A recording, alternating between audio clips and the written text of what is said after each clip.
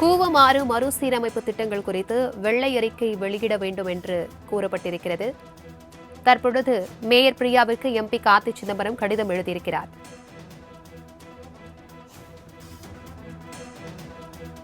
இதுகுறித்தான கூடுதல் விவரங்களுடன் இணைகிறார் எமது செய்தியாளர் ராஜேஷ். வணக்கம் ராஜேஷ். காங்கிரஸ் எம்பி கார்த்தி சிதம்பரம் தற்பொழுது மேயர் பிரியாவிற்கு கடிதம் எழுதியிருக்கிறார். அதில் என்னவெல்லாம் கூறப்பட்டிருக்கிறது? இது குறித்தான விவரங்கள். கூவம் மறுசீரமைப்பு திட்டம் குறித்து வெள்ளை அறிக்கை வெளியிட வேண்டும் என்று சென்னை மாநகராட்சி மேயர் பிரியாவுக்கு காங்கிரஸ் எம்பி கார்த்திக் சிதம்பரம் எழுதியுள்ள கடிதம் ட்விட்டரில் வைரலாகி வருகிறது. கூவம் நதியை சீரமைக்க மாநில அரசு ரூபாய் 750 கோடி ஒதுக்கீடு செய்துள்ளது. இதில் ஏற்கனவே 329 கோடி ரூபாய் செலவிடப்பட்டுள்ளது.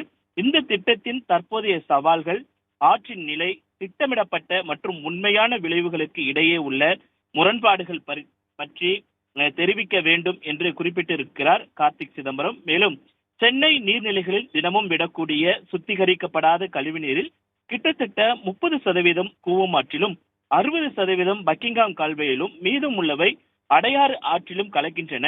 நீர்நிலைகளின் முக்கியத்துவம் குறித்து விழிப்புணர்வு இல்லாததால் இந்த ஆறுகளில் திடக்கழிவு மற்றும் சுத்திகரிக்கப்படாத கழிவுநீர் ஆகியவை தினந்தோறும் வெளியேற்றப்படுகின்றன.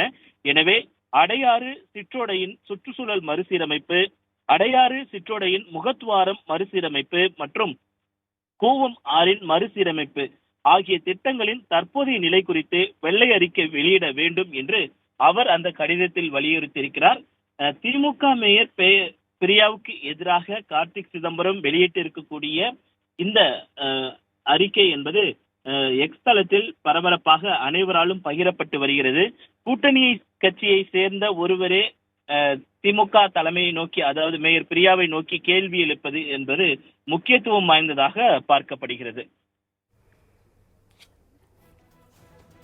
தகவல்களுக்கு நன்றி ராஜேஷ்.